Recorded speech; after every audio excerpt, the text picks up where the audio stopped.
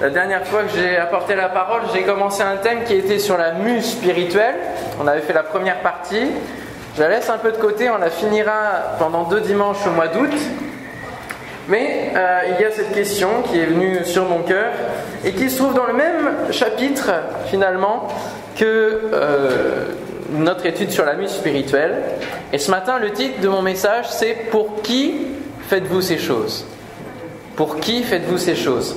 Colossiens chapitre 3, verset 23, même 22, comme ça on englobe. Colossiens 3, 22. Nous pouvons lire « Serviteurs, obéissez en toutes choses à vos maîtres selon la chair, non pas seulement sous leurs yeux, comme pour plaire aux hommes, mais avec simplicité de cœur, dans la crainte du Seigneur. Tout ce que vous faites, faites-le de bon cœur, comme pour le Seigneur et non pour des hommes, sachant que vous recevrez du Seigneur l'héritage pour récompense. Servez Christ, le Seigneur. » Amen. Gloire à Dieu. Voilà, nous restons dans le même chapitre. Il y a cette question qui est venue sur mon cœur. Pour qui faites-vous ces choses? C'est une question qui nous vient de la part du Seigneur et qui est adressée à chacun de nous.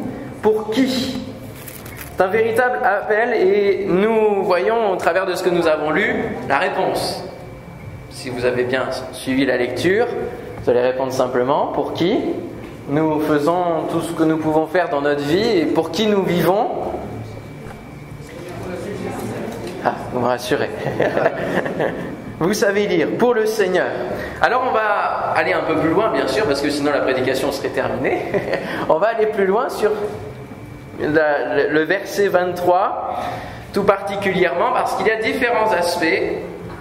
Il y a d'abord tout, ensuite le fait de le faire de bon cœur, comme pour le Seigneur. Il y a un comme là qui est un interrogatif. Et donc on va commencer par le tout. Tout ce que vous faites. Tout, ça veut dire tout. Ça veut dire tout. Tous les domaines de notre vie, dans tout ce que l'on fait, c'est pas seulement l'aspect spirituel, mais tout ce que nous pouvons faire dans notre vie, le fait de se lever, d'aller au travail, d'aller visiter l'un et l'autre, de s'activer dans l'église. Il y a tellement de choses que nous faisons jour après jour, parfois par simple réflexe naturel, parfois nous initions de nouvelles choses dans nos vies, nouvelles activités, nouvelles actions. Tout doit être fait pour le Seigneur. Tout, T-O-U-T, c'est un petit mot, mais pourquoi? Pourquoi tout? Pourquoi? On peut se poser la question. Parce que nous portons un témoignage en tant que chrétiens. Nous portons un témoignage. Dans tout ce que nous faisons, nous sommes chrétiens. Nous ne sommes pas chrétiens seulement le dimanche matin. Voilà, dans ce qu'on fait, on lève les mains, on chante, on prie, et c'est fini. Non, tout, c'est l'ensemble de notre vie. Et nous sommes chrétiens de A à Z. Et quand Dieu est venu toucher notre cœur, ça a tout bouleversé. Amen. Ça a changé notre cœur, ça a changé du coup notre mode de pensée, notre mode de fonctionner. Il y a des choses que nous faisions et que nous ne faisons plus. Tout simplement parce que tout ce que nous le faisons pour Dieu. Alors, lorsque nous sommes rentrés dans cette vie chrétienne, dans ce chemin avec Dieu, il y a des choses qui ne pouvaient plus se faire parce qu'elles ne pouvaient plus être agréables à Dieu. C'était fini. Le fait, je sais pas, de fumer, le fait d'aller dans certains lieux malfamés, disons des choses comme ça, vous comprendrez de quoi je parle. Il y a plein de choses que nous pouvons faire dans notre vie et que nous ne faisons plus parce que tout est concerné. Lorsque Dieu rentre dans notre vie, c'est pas une petite chambre qu'on lui donne, c'est pas une chambre de bonne, non, c'est tout notre cœur. Alléluia. C'est l'ensemble. Tout lui est remis. Je suis à Christ. Je lui appartiens. Et dès lors, ma vie est entre ses mains et c'est lui qui la gère. C'est lui qui la gère. Mais nous sommes sur cette terre et nous continuons à en faire des choses. Nous sommes sur cette terre et comme nous l'avions vu, il y a encore parfois le travail du péché aussi dans nos vies. Et c'est important d'être conscient, toujours conscient, que tout ce que nous faisons, Dieu le voit. Et tout ce que nous faisons est appelé à être soumis à Dieu. quelque part. Alors, ici, dans le passage que nous avons lu, nous voyons que l'apôtre Paul s'adresse aux serviteurs.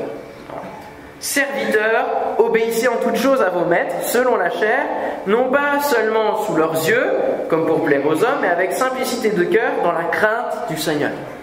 Voilà l'importance, la crainte de Dieu. Est-ce que dans ton cœur, est-ce que dans votre cœur, vous avez la crainte de Dieu?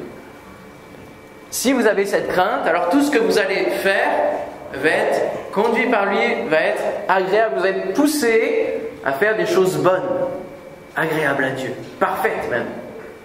C'est les différentes strates qu'on peut trouver. Faire ce qui est bon, ce qui est agréable et ce qui est parfait.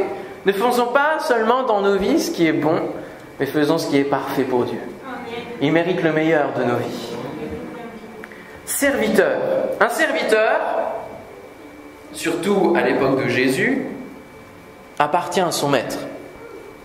C'est même le statut d'esclave pour beaucoup qui était là. Un serviteur appartient à son maître et il va porter le témoignage de la maison de son maître. Tout ce qu'il fait, il le fait pour son maître. Il ne le fait pas en son propre nom. Et il va être appelé à faire des tâches différentes et à sortir de la maison, à aller, au marché pour le maître, à aller faire des travaux pour le maître, à apporter, à emmener des choses, peu importe. Mais tout ce qu'il va faire, il va porter l'image, la réputation de la maison de son maître. Et c'est pour ça que c'est important que tout ce qu'il fait soit bien fait. Et de la même manière, nous sommes tous serviteurs et servantes de notre Dieu. Oui? Ouais. Pas facile ça à accepter. On n'est plus esclave du péché, mais on est esclave du Seigneur. C'est quand même mieux, vous croyez pas? Ouais. Hier, j'étais à un enterrement d'un garçon. Moi, j'en ai pas fait pour mon mariage parce que j'aime pas ce genre de choses-là. Et je me disais, qu'est-ce que je préfère ma vie? Oui, non plus esclave du péché, non plus esclave de l'alcool, de toutes ces choses-là, mais esclave de Jésus. Quelle libération, quel affranchissement de marcher en nouveauté de vie. Et du coup, lorsque nous sommes esclaves, serviteurs de Christ, dans cette libération, nous sommes porteurs du nom de Christ, de la maison de Dieu. Et nous ne restons pas empoisonnés entre ces quatre murs, mais nous venons dans ce monde. Et partout où nous allons, nous portons le nom de Jésus. Et c'est pour ça que partout, nous devons faire les choses bien, correctement, avec un bon témoignage. C'est pour ça que tout est concerné. Paul parle d'obéir à ses maîtres. Là, il ne parlait pas du Seigneur. Il disait à vos maîtres selon la chair. Donc, ça veut bien dire les maîtres terrestres, c'est-à-dire les patrons. Aujourd'hui, on peut parler de nos employeurs, de nos patrons. Partout où nous avons un supérieur, nous devons d'être un bon témoignage. Non pas avoir un bon témoignage, c'est-à-dire une façade, mais être. C'est un état, c'est pas seulement une apparence, c'est un état. Être un bon témoin, témoin de notre Dieu. Alléluia. J'ai déjà vu dans mon travail des personnes qui étaient chrétiens. Tout le monde savait qu'ils étaient chrétiens, mais tout le monde savait aussi que c'était les plus râleurs. Ils étaient connus pour être celui à qui on demande quelque chose, mais qui se met tout de suite à râler. Voilà. Et avec qui c'était compliqué de pouvoir faire des choses, lui demander de mettre des choses en action, alors qu'il était simplement qu'un employé. Quel est le témoignage? Pour qui travaillons-nous? Avant notre patron, nous travaillons pour Dieu. Mais le Seigneur nous dit d'être soumis aux autorités qui sont au-dessus de nous. Et ça, c'est important, surtout dans le domaine du travail, qui concerne une grande part de notre emploi du temps, de notre semaine, d'être un bon témoin dans ces lieux, dans notre travail. Nous sommes appelés à recroiser notre patron, à recroiser nos collègues, et il est important de ne pas faire n'importe quoi, n'est-ce pas? Alors cela ne veut pas dire que nous obéissons à tout, et lorsque le patron nous demande de dire qu'il n'est pas là, lorsque nous sommes en communication et qu'il est juste devant nous, voilà, il y a une cohérence, et là on ne peut pas obéir. Lorsque peut-être nous demande-t-il de faire quelques modifs sur la facture initiale, là, nous devons d'être d'un bon témoignage vis-à-vis de notre Dieu, et du coup pour lui, ça va l'impacter. Regardons quelque part la vie d'une fourmi. La Bible nous invite à considérer, à regarder le travail de la fourmi. La fourmi travaille-t-elle pour elle-même? Même si on connaît la fable de La Fontaine. Non, elle travaille pour la reine, elle travaille pour la communauté, n'est-ce pas? Elle travaille d'arrache-pied, elle consacre sa vie pour la reine, pour la communauté. Et elle s'active, elle ne reste pas à rien faire, elle fait beaucoup de choses. Pour qui faisons-nous tout ce que nous faisons?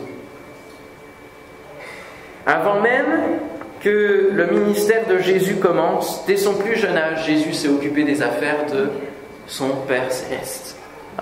Il n'a pas attendu d'avoir 30 ans et de commencer son ministère pour dire « je m'occupe de mes affaires, je consacre ma vie à mon Père ». Non, non. Dès son plus jeune âge, on le voit, il était au temple en train de converser et il répond à ses parents « il faut que je m'occupe des affaires de mon Père ». Est-ce que vous attendez qu'on vous offre une opportunité d'avoir un ministère dans l'Église ou un poste dans l'Église pour commencer à vous occuper des affaires de votre Père? Bonne question, hein?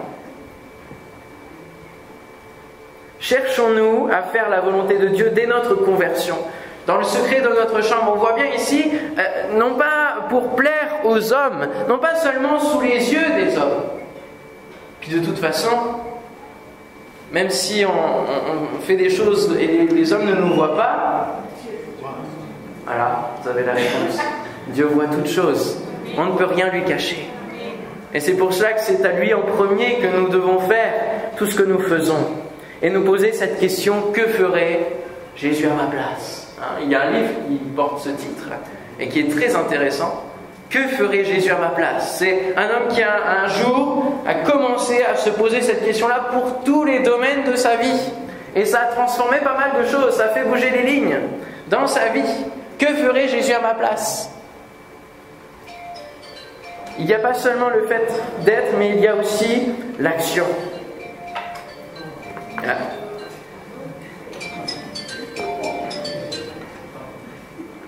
Est-ce que nous cherchons la volonté de Dieu seulement lorsque nous sommes sur le devant de la scène à faire des grandes prières? Ou est-ce que nous cherchons, disons, Seigneur, que dans tout ce que je puisse faire aujourd'hui, tu puisses me conduire, que ça soit agréable, que je ne fasse pas des choses inutiles, des choses vaines qui ne vont pas servir à ton royaume, mais que tout ce que je puisse faire serve à notre Dieu.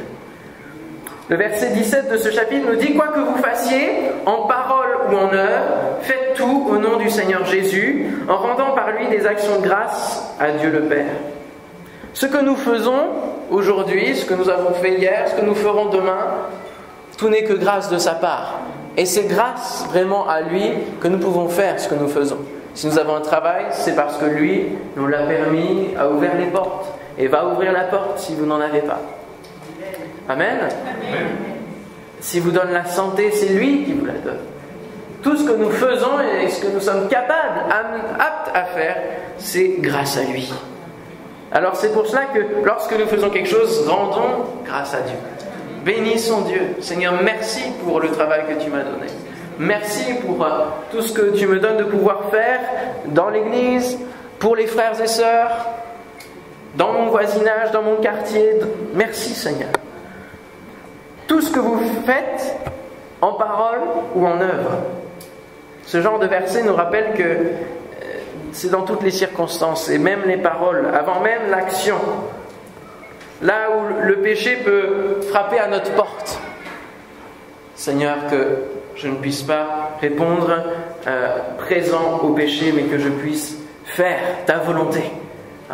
Là où il y a des terrains, parfois, nous sommes en combat. L'ennemi est là, il frappe à la porte. Jésus est là aussi. Et il dit, non, non, ne cède pas. Ne fais pas ces choses. Réponds à mon appel à moi. Pense que tu vas faire, tout ce que tu fais, c'est en mon nom. Ce que nous faisons n'est pas seulement dans les actes, mais dans toutes circonstances. Y a-t-il un langage que l'Église ne connaît pas de vous, Dès lors que vous rentrez chez vous, ou alors avant que vous arriviez, est-ce que la famille connaît un autre langage que l'Église n'aimerait pas découvrir? Jésus rappellera que l'homme bon tire de bonnes choses du bon trésor de son cœur, et le méchant tire de mauvaises choses de son mauvais trésor, car c'est de l'abondance du cœur que la bouche parle. Pourquoi m'appelez-vous Seigneur, Seigneur, et ne faites-vous pas ce que je dis? On peut beaucoup parler et pas faire grand-chose. On peut démarrer des choses et pas les terminer. Ce qui est important, c'est d'aller au bout. Amen. D'être conséquent entre nos paroles et nos actes.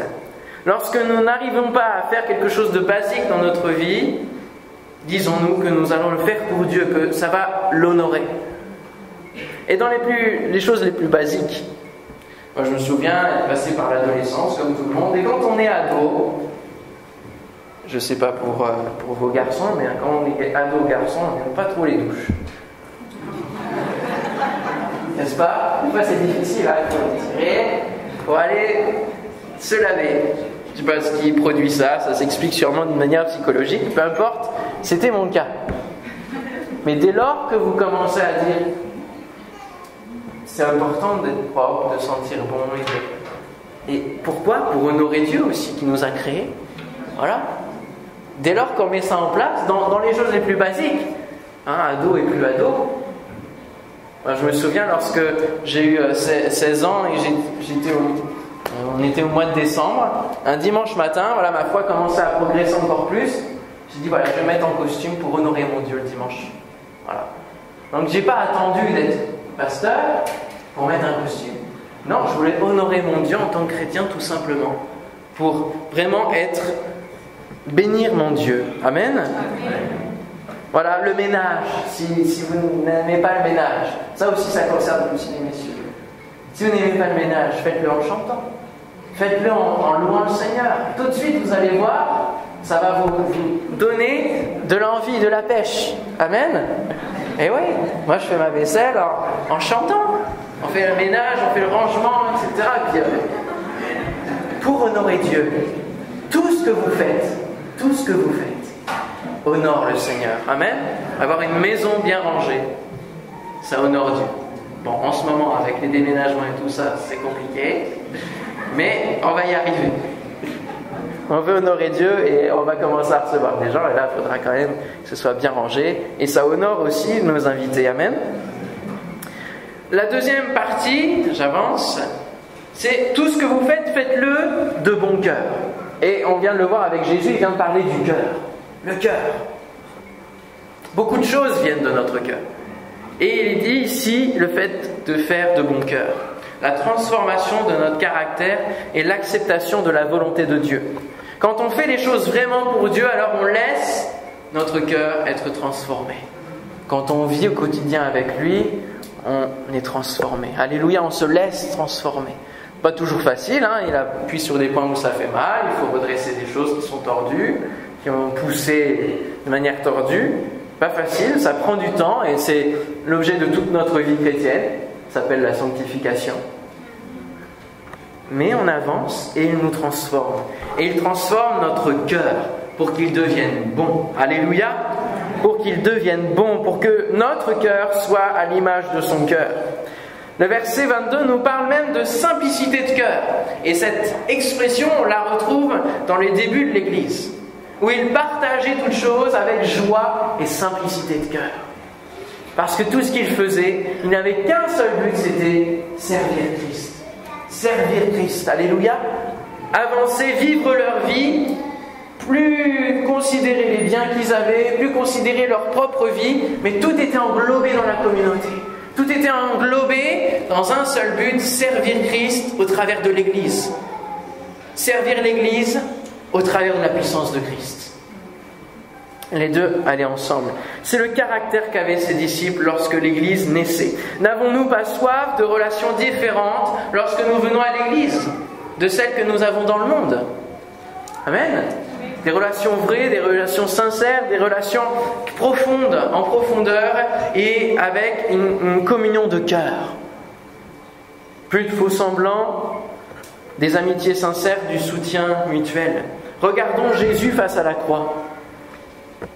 Quelle grandeur d'âme, quelle grandeur de cœur. Un cœur pur, un cœur bien intentionné. Jésus est notre exemple en matière de cœur. Un bon cœur, c'est quoi? C'est un cœur honnête.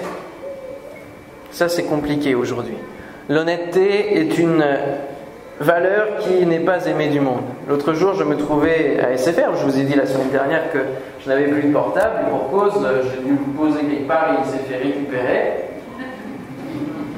Et alors, je vais chez SFR, mon opérateur. J'aurais peut-être pas dû le dire, peu importe. Je le dis. On n'est pas à la télé. Je vais chez SFR, je lui explique la chose, donc c'est un vol mais après coup et en même temps, voilà, sûrement une négligence de ma part parce que je ne sais plus du tout ce que j'en ai fait. Et là, très simplement, le monsieur me dit, eh bien vous déclarez le sinistre à l'assurance et puis surtout vous ne dites pas que c'est une perte parce que là ils vont rien couvrir. Donc vous dites que vous étiez au téléphone et qu'on vous l'a arraché. Je dis oui, non, je vais peut-être pas dire ça. Donc je vais quand même à la police, je dépose plainte, au moins pour tout bloquer de l'appareil. Je reviens quelques jours plus tard, donc mardi, et là, donc le monsieur est là et c'est une dame qui me prend en charge. Et c'est une dame qui doit être en formation. Et donc elle reprend le dossier, etc. Je dis bon, j'aimerais bien avoir un portable de prêt et, pour au moins voilà, continuer les activités. Et je lui explique un petit peu comment ça s'est passé. Elle fait ah, mais vous avez dit ça, mais vous avez dit ça à la police, mais vous avez dit ça à l'assurance, mais c'est pas possible, ils vont rien vous rembourser. C'est trop tard. Vous auriez dû, non, vous auriez dû dire, nous on conseille à tous nos clients quand même. Et je lui dis, elle est en formation et déjà elle parle avec malhonnêteté comme ça. Je dis non, je vais pas dire ça. Et puis s'il me rembourse rien, mais c'est pas grave. Ce n'est qu'un portable. Un cœur bon. Un cœur bon. Faisons la différence, frères et sœurs. Un cœur bon, c'est un cœur honnête. Un cœur bon, c'est un cœur entier. Là, dans la traduction, c'est de tout votre cœur. Et l'original dirait même un cœur mis à part. C'est-à-dire un cœur non partagé, un cœur entier. Un cœur bon, c'est un cœur non partagé. S'il y a des choses dans ta vie qui t'empêchent de mettre tout ton cœur dans ce que tu fais pour Dieu, il faut que tu t'en sépares. Je vous avais dit en février, après le jeûne et prière, Dieu m'a dit, c'est par toi des tableaux que tu as achetés. C'est en cours, ça se fait. Il a beaucoup plus pour nous, amen. Il y a des choses que nous faisons qui nous bloquent spirituellement, parce que nous y attachons beaucoup d'importance et notre cœur forcément se partage et est grappillé. Et Jésus, il est serré contre les parois de notre cœur comme ça. Et c'est important de lui laisser toute la place. Un cœur bon, c'est un cœur sanctifié. Ce cœur va amener de bonnes pensées à notre esprit pour accomplir les œuvres que Dieu a préparées d'avance pour nous. Oui, parce qu'il a préparé des tas de choses déjà. Souvent, dès qu'on n'a plus rien à faire, on cherche quelque chose à faire. Parce qu'on s'ennuie et on n'aime pas être sans activité. Cherchons, avant de faire quelque chose, cherchons déjà les œuvres que Dieu a préparées d'avance pour nous. Et puis, demandons le discernement à Dieu, parce qu'il y a des tas de choses dans lesquelles les gens vont pouvoir nous embarquer, des tas d'aventures qui vont nous faire perdre du temps, sachant ce que Dieu nous demande de faire. Dans l'humilité et la douceur, comme était Jésus, c'est aussi des caractéristiques d'un cœur bon, l'humilité et la douceur. Et n'oublions pas l'histoire de Simon. Simon qui, voyant le Saint-Esprit, cette puissance-là, donnée par imposition des mains de la part des apôtres, ça c'était intéressant. Ça c'était quand même avoir un certain pouvoir. Et alors, qu'est-ce qu'il va faire? Il va dire, lorsque Simon vit que le Saint-Esprit était donné par l'imposition des mains des apôtres, dans Acte 8, il leur offrit de l'argent en disant, accordez-moi aussi ce pouvoir, afin que celui à qui j'imposerai les mains reçoive le Saint-Esprit. Mais Pierre lui dit que ton argent périsse avec toi, puisque tu as cru que le don de Dieu s'acquérait à prix d'argent. Il n'y a pour toi ni part ni lot dans cette affaire, car ton cœur n'est pas droit devant Dieu. Pourquoi voulons-nous les dons spirituels? Ou plutôt pour qui? C'est la question à se poser. Repens-toi donc de ta méchanceté et prie le Seigneur pour que la pensée de ton cœur te soit pardonnée, s'il est possible, car je vois que tu es dans un fiel amer et dans les liens de l'iniquité. » Alors certes, il était tout jeune dans la foi, voire en train de se convertir à peine. Mais c'est important, nous-mêmes, dans tout ce que nous pouvons faire pour Dieu, de manière spirituelle. Pourquoi voulons-nous que les malades soient guéris ? Et on pose tout le temps la question pourquoi. Mais changeons la question. Pour qui ? On veut que les malades soient guéris pour glorifier notre Dieu. Amen. Pour que Dieu soit glorifié au travers de nos vies. Pour pouvoir témoigner de qui ? De Christ. La guérison n'est qu'un moyen. Pourquoi voulons-nous les dons spirituels ? Pour qui voulons-nous les dons spirituels ? C'est pas toujours facile d'être d'un bon cœur lorsque les gens nous méprisent, lorsque nous sommes fatigués, accablés personnellement. Comment faire ? Pas toujours facile, même dans l'église. On peut être lassé, on peut être fatigué, on peut être déçu. Et du coup, notre cœur en prend un coup. Ce qui est important, c'est que nous devons nous ressourcer en regardant Jésus. En levant les yeux sur Jésus. C'est ce que la Bible nous invite à faire. Ressourçons-nous en Dieu et levons les yeux vers Jésus, parce que c'est lui le rémunérateur de ceux qui le cherchent. C'est lui qui va nous donner l'élan nouveau. C'est lui qui va nous donner l'élan dont on a besoin pour sortir de notre fatigue, pour sortir de notre déception. Parfois on peut prendre des coups, des remarques blessantes. Réfugions-nous en Dieu. Et c'est lui qui va nous redonner la vision, qui va nous restabiliser dans le rail, de dire « ce que tu fais, c'est pour moi. Ne t'occupe pas du reste, je m'en occupe. » Amen. Et c'est là que vous allez vivre des scènes de pardon.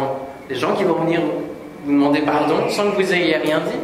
Parce que vous êtes réfugié en Dieu, vous avez dit « Seigneur, voilà, c'est toi qui gères.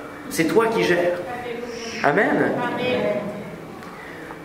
Dernière partie, non pour des hommes, mais pour Christ. Cette partie est beaucoup plus complexe que les autres parce qu'il nous arrive de servir les hommes, avant tout, notre prochain, c'est vrai. Et puis on aime être bien vu de la part des hommes, gagner une place, avoir un statut, un nouveau poste. C'est quand même quelque chose que la chair aime et recherche. Et cela n'échappe pas à la sphère de l'Église. Bien souvent, lorsque je me trouvais dans une église, comme j'ai une voix intéressante, on va dire, j'aimais bien chanter de tout mon cœur, mais voyez un peu plus pour qu'on m'entende bien. Et j'avais toujours cette pensée-là de dire, peut-être que quelqu'un va me repérer, on ne sait jamais. Peut-être que quelqu'un de l'église qui fait partie, qui est peut-être la chef de la chorale, va me repérer, on ne sait jamais. La chair parle à nos pensées, elle parle, elle travaille. Et elle nous emmène même dans l'église à faire valoir les choses. Le Seigneur nous ramène à l'humilité. Amen. Si Dieu vous appelle, peu importe le ministère, c'est lui qui va ouvrir les portes. Amen. Avant que j'arrive à Montrouge, on m'avait dit, tu rentres chez toi, tu fais tes valises. Tu rentres en Normandie. Le ministère pour toi, pour l'instant, on va attendre un peu. Pendant des mois, j'ai eu des questionnements en disant, tu t'es complètement planté sur le plan de Dieu. Tout ce que tu as fait, c'était toi qui le faisais. C'est pas rassuré. Jusqu'au jour, et c'était des questions, mais jour et nuit pendant près de 3 mois. Jusqu'au jour où j'ai dit, au final, Seigneur, si c'est toi qui m'as appelé, c'est toi qui ouvriras les portes. Je me préparais, je vais retrouver un nouveau travail, etc. Et le Seigneur a conduit les choses tout seul, parce qu'il est grand, notre Dieu. Amen. On le chante. Alors, il faut le croire et il faut le laisser faire un peu. Et le Seigneur a réouvert la porte. Tout ce que ta main trouve à faire, en attendant que le ministère s'ouvre, tout ce que ta main trouve à faire avec ta force, surtout ne le fais pas. C'est pas le moment, c'est pas le temps de Dieu. Fais-le. Just do it. Fais-le. Car il n'y a ni œuvre, ni pensée, ni science, ni sagesse dans le séjour des morts où tu vas. Notre vie est courte, frères et sœurs. Tout ce que nous trouvons à faire, qui peut bénir les autres, qui peut bénir notre Dieu, faisons-le. Ecclésiaste 9:10. C'est maintenant qu'il faut servir. Alléluia. C'est maintenant qu'il faut répondre aux différents appels, et répondre aux besoins aussi de l'Église ou de votre Église si vous êtes de passage. Le diable a proposé de belles choses à notre Seigneur, avec la contrepartie de lui être soumis. Il a proposé le pouvoir, il a proposé des tas de choses. Et il viendra aussi nous proposer pas mal de choses. Travailler pour lui. Non. Jésus a refusé ses offres et a préféré rester sous la coupe de son Père et faire la volonté de son Père. Alléluia. Parfois nous pensons faire les choses pour Dieu alors que nous sommes contre lui. L'apôtre Paul qui écrit ces choses que nous avons lues. Lui-même pensait être dans la volonté de Dieu. Il faisait beaucoup de choses. Mais il était complètement à côté de la plaque. Et nous-mêmes dans l'Église, est-ce que ce que nous faisons est positif? Ou est-ce que ça va au contraire de la volonté de Dieu? Comme pour le Seigneur. On a ce comme là qui est intéressant. Il nous amène à faire des choses pour les hommes. Pour les hommes, comme si ces hommes qui sont devant nous, c'était Jésus lui-même.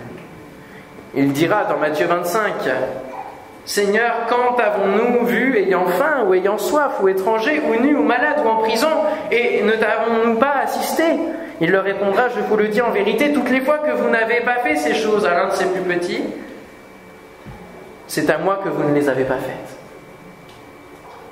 Et à contrario, toutes les fois que vous avez fait des choses, c'est à moi que vous les avez faites. Le verre d'eau qui est donné à l'un des plus petits, c'est comme si on avait donné au Seigneur. Alléluia. Donc ne le faisons pas dans l'optique simplement des hommes, mais faisons-le dans l'optique aime ton prochain comme toi-même. Ça ne devrait pas être si difficile que ça, parce qu'on s'aime un petit peu quand même, non? Non? Un petit peu. Un petit peu, hein? On s'aime quand même pas mal.